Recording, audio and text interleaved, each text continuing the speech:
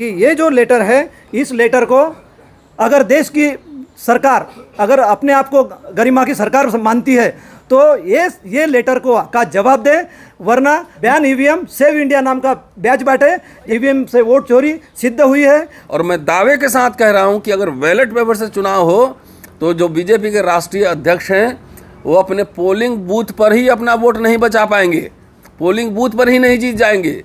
इसलिए वोट की चोरी है, सरकार की चोरी है, ईवीएम की लीला है, हेरा फेरी है, तमाम मसले हैं। इसको लेकर अभी भी हमारा आंदोलन जारी है। सारे नेताओं को हम लोग चिट्ठी लिखेंगे फोरम की ओर से और इस मुद्दा को और अधिक व्यापक बनाने की कोशिश करेंगे। ये सरकार चाहती है कि हम लोग इलेक्शन कमीशन पर सवाल नहीं उठाएं और ये मनमानी करते रहें, इसलिए आपको हतोत्साहित करने के लिए इस तरह के हथकंडे सरकार ने अपनाए हैं। हम ईवीएम के खिलाफ हैं और हम चुनाव जीतेंगे भी तभी ईवीएम की खिलाफत हम करेंगे। और हम लोग का स्पष्ट मानना है कि आरएसएस और बीजेपी है। आप बार बार देखते हैं जब सरकार से सवाल पूछो तो इलेक्शन कमीशन से पूछो तो सरकार इनके डिफेंस में आ जाती है। भाजपा के सारे प्रवक्ता जो है लगते हैं डिफेंड करने। आरएसएस जब संविधान सभा में जब संविधान को स्वीकार किया गया 26 नवंबर 1949 को, 4 दिन बाद आरएसएस ने ऑर्गेनाइजर में एक लेख छापा है। ये देख लीजिए, ऑर्गेनाइजर का एडिटोरियल छपा है 4 दिन बाद। ये अंग्रेजी में है लेकिन इसका हिंदी अनुवाद मैं आपको सुनाना चाहता हूँ। 2 इम्पॉर्टेंट मसले हैं जिससे आप समझ जाएंगे कि क्यों आरएसएस नहीं चाहती है कि ईवीएम की खिलाफत हो। आरएसएस चाहती है कि सब लोग को वोटिंग राइट नहीं मिले, इसलिए एसआईआर का जो प्रक्रिया हुआ आप सब देख रहे हैं। पहले ईवीएम से चोरी, फिर एसआईआर से वोट कटिंग, तमाम पहलू हैं। थोड़ा सा यहाँ बताना लाजमी होगा कि संविधान सभा बनने से पहले 1919 से ही डॉक्टर अंबेडकर वोटिंग राइट को लेकर लगातार संघर्ष करते रहे। संविधान सभा में भी बहस हुई, ये भी बहस हुई कि कुछ क्वालिफिकेशन रखा जाए एजुकेशन संबंधी, लेकिन उसमें संविधान सभा ने इसको स्वीकार नहीं किया और सब एडल्ट को उन्होंने वोटिंग राइट दिया। ये इसलिए प्रसंग बस ये बता रहा हूँ कि जो आर्टिकल मैंने आपको दिखाया ऑर्गेनाइजर का 30 नवंबर 1949 का, उसमें साफ साफ लिखा गया है कि भारत के नए कॉन्स्टिट्यूशन के बारे में सबसे बुरी बात यह है कि इसमें कुछ भी भारतीय नहीं। कॉन्स्टिट्यूशन बनाने वालों ने इसमें ब्रिटिश, अमेरिकन, कैनेडियन, स्विस और कई दूसरे कॉन्स्टिट्यूशन के एलिमेंट्स शामिल किए हैं, लेकिन इसमें पुराने भारतीय कॉन्स्टिट्यूशनल कानूनों, इंस्टीट्यूशंस, नाम और फ्रेज का कोई निशान नहीं है। पुराने भारत का मतलब क्या है? मनुस्मृति, धर्मशास्त्र, उसके हिसाब से। उसमें तो वोटिंग राइट का कोई चक्कर नहीं है, कुछ भी नहीं है। वर्ण व्यवस्था के हिसाब से न्याय व्यवस्था है, कानून है। आगे इसमें लिखा गया है कि हमारे नए संविधान में पुराने भारत में हुए खास संवैधानिक विकास का जिक्र नहीं है। मनु की रचनाएं फारस के सोलोन के, स्पार्टा के, लाइकर्स के बहुत पहले लिखी गई थी। आज भी मनुस्मृति बताए गए उनके कानून दुनिया में काबिल तारीफ के काबिल हैं और अपने आप मानने को बढ़ावा देते हैं, लेकिन हमारे संवैधानिक पंडितों के लिए इसका कोई मतलब नहीं है। उनके लिए बर्क, मिल और जेफरसन, मॉन्टेस्क्यू हुई सब कुछ है। साफ साफ मनुस्मृति की वकालत कर रहा है। इसलिए वो ईवीएम के थ्रू वोट चोरी करके, जैसे तैसे करके, आप एसआईआर करके बेसिकली ये एडल्ट फ्रेंचाइजीज नहीं देना चाहती। एडल्ट फ्रेंचाइजीज के बारे भी इसमें लिखा गया है, जो आपको मैं बताता हूँ। इसमें लिखा गया है कि ज़रा सुन लीजिए, बहुत इंटरेस्टिंग है कि आम आदमी की पॉलिटिकल मुद्दों पर सोचने और समझदारी से काम करने की इनर्शिया को समझते हुए, मतलब आम आदमी को जो है ना, वो सामाजिक राजनीतिक बात वो नहीं समझ सकता है। इनर्शिया को समझते हुए हम यूनिवर्सल एडल्ट फ्रेंचाइजीज को लेकर ओवर पॉजिटिव नहीं हो सकते हैं। समझ रहे हैं बात? कि उस समय भी यूनिवर्सल फ्रेंचाइज का एक तरह से इसमें विरोध है।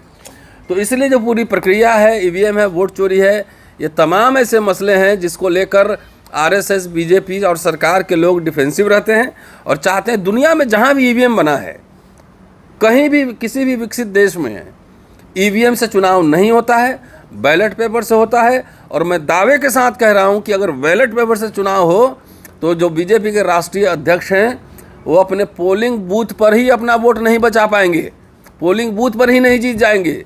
इसलिए वोट की चोरी है, सरकार की चोरी है, ईवीएम की लीला है, हेरा फेरी है, तमाम मसले हैं। इसको लेकर अभी भी हमारा आंदोलन जारी है। सारे नेताओं को हम लोग चिट्ठी लिखेंगे फोरम की ओर से और इस मुद्दा को और अधिक व्यापक बनाने की कोशिश करेंगे। मुझे आप लोगों से इतना ही कहना है कि ईवीएम की वोट चोरी जो है, वोट चोरी तो हुई है। वोट चोरी का कंप्लेंट 12 जुलाई 2010 को प्रधानमंत्री मनमोहन सिंह जी को दिया था। उन्होंने उसमें कंप्लेंट में डिस्ट्रिक्ट मैजिस्ट्रेट चंद्रपुर के थ्रू गवर्नमेंट ऑफ इंडिया को means prime minister Manmohan Singh ji को ये लेटर भेजा। तो उसमें ये लिखा गया था साहब कि ईवीएम के बजाय बैलेट पेपर दो।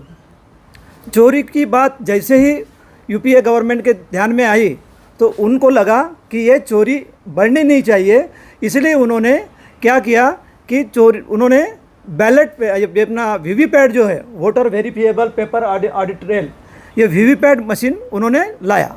तो उसके पहले जो राज्य की जो नीला सत्यनारायण जी, ये मुख्य चुनाव आयुक्त है, अधिकारी है वहाँ की महाराष्ट्र की, उन्होंने साफ कहा कि आने वाले दिनों में हम वोटर को उनको वोट देने के बाद वो उनके हाथ में पर्ची देंगे। वो पर्ची उनके हाथ में देने के बजाय वो एक बॉक्स में डाली जाएगी। आगे चल के उस बॉक्स का नाम बना वीवीपैट। तो वो वीवीपैट के जरिए वो इलेक्शन होगा, फ्री एंड फेयर होगा, ऐसा मनमोहन सिंह सरकार को लगा। लेकिन ये सरकार में चलते चलते जो लोग ये जो कार्यपालिका के जो लोग होते हैं, जो चुनाव आयोग संभालते थे, तो इनके हाथ में ये मशीन लग गई।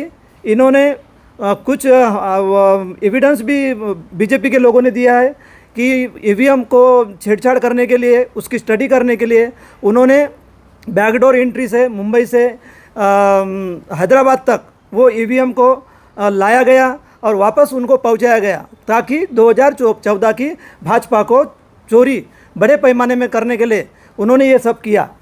उसका प्रूफ आज ये है कि इन लोगों की चोरी इलेक्ट्रॉनिक्स वोटिंग, हमारे सर बोलते हैं सूरज सर, और कि ये मैनिपुलेट है, ये मशीन नहीं है, मैनिपुलेट है। तो ये चोरी का जो पकड़ने का जो जरिया है, तो वो जरिया कैसे, तो फिर 2009 में हमने एक कंप्लेंट दर्ज की थी कि ये कोई भी, जैसे आपके कैमरे हमारे ऊपर में फोकस है, तो कैमरे में ये क्या है, तुम्हारी इलेक्ट्रॉनिक्स चीज़ है, मोबाइल हो, तुम्हारा कैमरा हो, कंप्यूटर हो, टीवी हो, ये सब चीज़ें, सबका मैन्युफैक्चर अगर कोई चलता है तो वो चलता है मैथमेटिकल साइंस पे चलता है। और विश्व का ऐसा कोई साइंस नहीं बना जो साइंस मैथमेटिकल के आधार पे ना हो। कोई मैकेनिकल साइंस भी हो तो उसको मशीनरी की ज़रूरत है, मशीनरी भी बनती है तो वो गणित के शास्त्र से ही बनती है। अगर कोई डॉक्टर भी इलाज करता हो तो उनका भी मशीनरी का निर्माण मैथमेटिकल साइंस के थ्रू ही हुआ है। मतलब mathematical science is a universal truth of all devices. तो हमने क्या किया कि मैथमेटिकल साइंस के थ्रू एक फार्मूला का निर्माण किया। उस फार्मूला का नाम है ईवीएम स्कैम फार्मूला। उस फार्मूला के जरिए, जैसे कि आपको मालूम है, कोई भी मैथ में formula, put the value and get the answer. तो जैसे ही हमने वो ईवीएम स्कैम फार्मूला में हमने जो चुनाव आयोग ने जो इलेक्शन लिया, इलेक्शन लेने के बाद में जो नतीजे बाहर आए, तो नतीजे मतलब ईवीएम वोट, वो ईवीएम वोट को हमने जैसे भी ईवीएम स्कैम फार्मूला में फिट के, तो अपने आप चोरी बाहर आ गई। चोरी इतनी बाहर आ गई कि पूरी आज यानी बड़े पैमाने में आई। हमने हर चोरी का दस्तावेज, डॉक्यूमेंट हमने चुनाव आयोग को दिया। देते 2025 का साल बाहर आया। 10 फरवरी 2025 को आखिर में देश के प्रधानमंत्री नरेंद्र मोदी को अपने लेटर से ये लेटर देना पड़ा। ये लेटर इस बैनर पे खड़ा है। ये लेटर उन्होंने 10 फरवरी 2025 को उन्होंने दिया। उस लेटर में स्पष्ट लिखा कि हमें सजेशन चाहिए, क्योंकि ये वोट की चोरी गणित शास्त्र ने पकड़ी है। कल चल के ऐसा ना हो कि article 51A, article part 4A में आर्टिकल 51A जो है उसमें साफ लिखा है कि ज्ञानार्जन हो, सुधार की भावना हो, और तो नागरिकों को वो मिलना चाहिए। वो मिलना चाहिए। तो नागरिकों का हक है कि कोई भी अगर साइंस के थ्रू अगर अपने देश में सुधार का भावना चाहता है तो आर्टिकल 51A के थ्रू उन्होंने वो देना चाहिए। तो ये इसलिए हम कह रहे हैं कि प्राइम मिनिस्टर को ये एक्सेप्ट करना पड़ा कि वोट की चोरी होती है। अगर उनको वोट की चोरी होती है ऐसा नहीं लगता था तो वो लेटर देने की कभी गलती नहीं करते थे।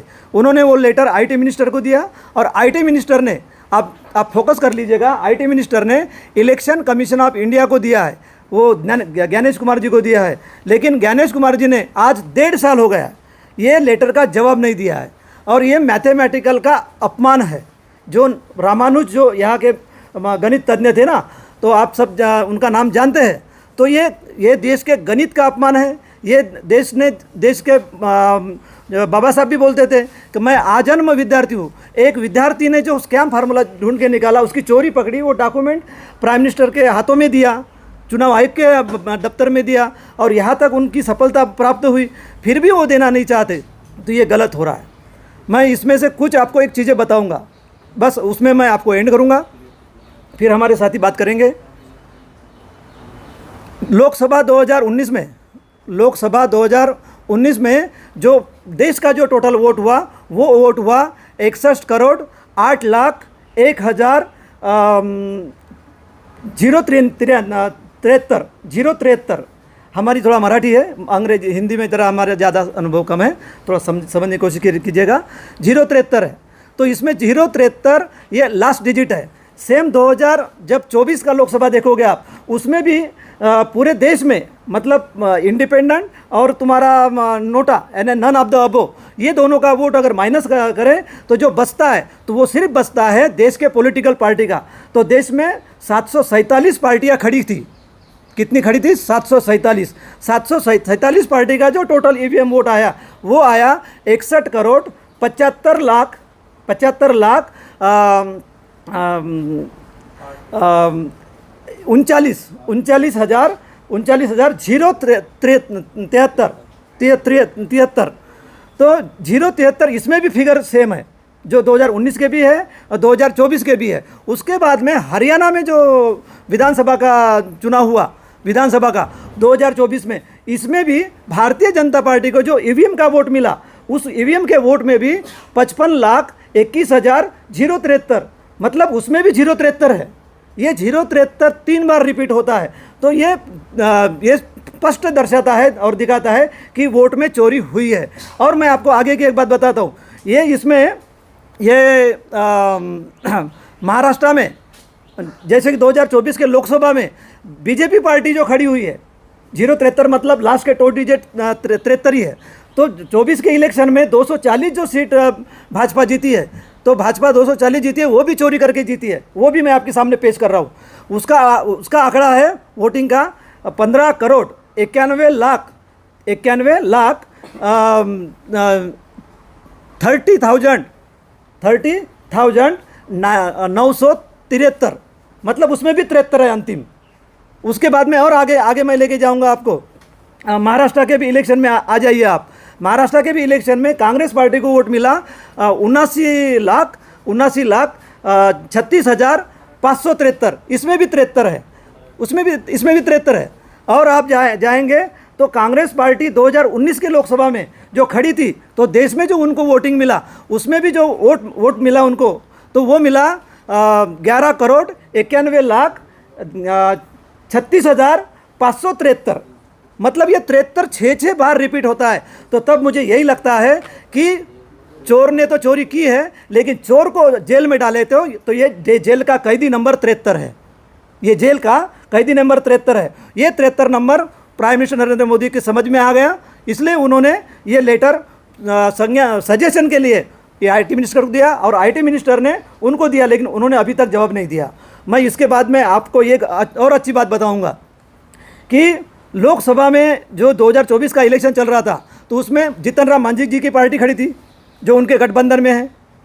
उसके बाद में उसके साथ में नीतीश कुमार जी की पार्टी थी, वो भी गठबंधन में है। तो उन दोनों का भी जो ईवीएम वोट है, जेडीयू का और हम सेकुलर का जो है, उसका लास्ट भी 3 डिजिट 732 है।